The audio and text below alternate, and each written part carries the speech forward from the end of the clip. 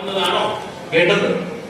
ഞാൻ പറയുമ്പോൾ സ്കൂളുകൾ ഇപ്പോഴാണ് ചിന്തിക്കേണ്ടത്. എന്ത് കുട്ടികൾ മൊബൈൽ അഡിക്റ്റഡ് ആണ് എങ്കിൽ മൊബൈലിൽ ഉണ്ടാക്കുന്ന പ്രോഗ്രാം അവർക്ക് ഇൻട്രസ്റ്റിംഗ് ആയതുകൊണ്ടാണ് അഡിക്റ്റഡ് ആവുന്നത്. അപ്പൊ അവരെ പഠിപ്പിക്കണം എങ്ങനെയാണ് പ്രോഗ്രാം ഉണ്ടാക്കേണ്ടത്. ഇത് ചെറുപ്പത്തിൽ അവരെ പഠിപ്പിച്ചാൽ അവര് നമ്മുടെ സ്റ്റോറി എടുത്തിട്ട് പലതും ഉണ്ടാക്കും. മനസ്സിലാവണം ഞാൻ പറഞ്ഞത്. സാധ്യതകൾ ഇല്ലാത്തത് കൊണ്ടല്ല, പക്ഷെ സാധ്യതകൾക്കനുസരിച്ച് കഴിവുള്ള ഒരു വിദ്യാഭ്യാസ രീതി ഇവിടെ ഒക്കെ പറയുന്നില്ല. അതുകൊണ്ട് ദേവിയാഴ്ച കൈകൂപ്പി പറയാൻ കുട്ടികളെ നിർബന്ധിപ്പിക്കരുത് പഠിക്കാൻ. ഈ വിദ്യാഭ്യാസമല്ല, ഞാൻ പഠിച്ചതൊക്കെ വേറെയാണ്, ഞാനിപ്പോ ചെയ്യുന്നത് വേറെ കാര്യമാണ്. മനസ്സിലാവുണ്ടോ? കാരണം ആ പഠിച്ചത് അത്രയും വേസ്റ്റ് ആണെന്ന് വിചാരിക്കുന്ന അതായിരുന്നില്ല പഠിക്കുന്നത്. മനസ്സിലാവട്ടെ ഞാൻ പറയുന്നത്.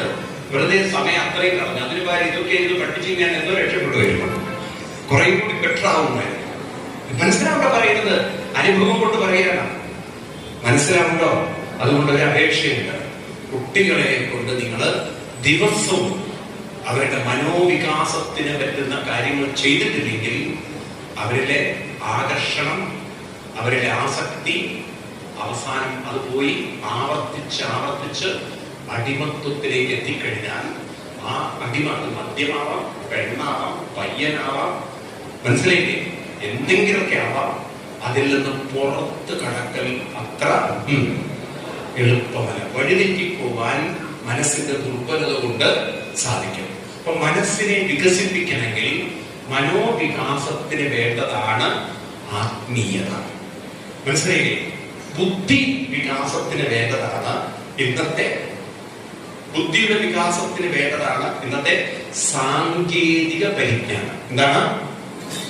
ഇന്നിപ്പോ നമ്മൾ മൊബൈൽ ഉപയോഗിക്കാൻ അത്യാവശ്യ സാങ്കേതിക വിജ്ഞാനം വേണ്ടേ? വേണ്ടേ?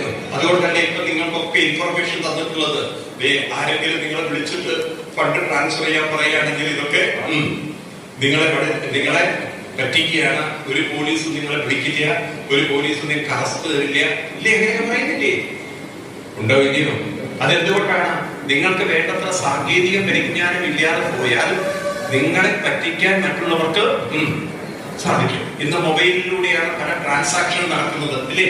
ഇന്നിപ്പോ നമുക്ക് UPI പേയ്മെന്റ് സിസ്റ്റങ്ങളൊക്കെ ഉണ്ടോ ഇല്ലയോ? സൗകര്യങ്ങളൊക്കെ ആയി കഴിയും. ഈവൻ നമുക്കിനി കുറെ കഴിഞ്ഞ പേഴ്സ് എന്ന് പറയുന്ന സാധനത്തിന്റെ ആവശ്യമേ ഇല്ല. ഇനിയിപ്പോ ഭാര്യയുടെ ആവശ്യമില്ല. കാരണം എല്ലാം തോണ്ടി കഴിഞ്ഞാൽ വീട്ടിൽ ഭക്ഷണം എത്തുന്ന കാലമാണ്. ഇവിടെ കിട്ടിയ സ്വിഗ്ഗി, സൊമാറ്റോ എന്നൊക്കെ പറഞ്ഞ് കേട്ടില്ലേ നിങ്ങൾ? ഉണ്ടോ? പുതിയ ആപ്പുകളൊക്കെ വന്ന് ജീവിതം വേറെ ആപ്പിലായിപ്പോയി. അത് വേറെ കാര്യം. അപ്പൊ ഈ തരത്തിൽ സുഖ സൗകര്യങ്ങളൊക്കെ നമുക്ക് തരാൻ ഈ ടെക്നോളജി കൊണ്ട്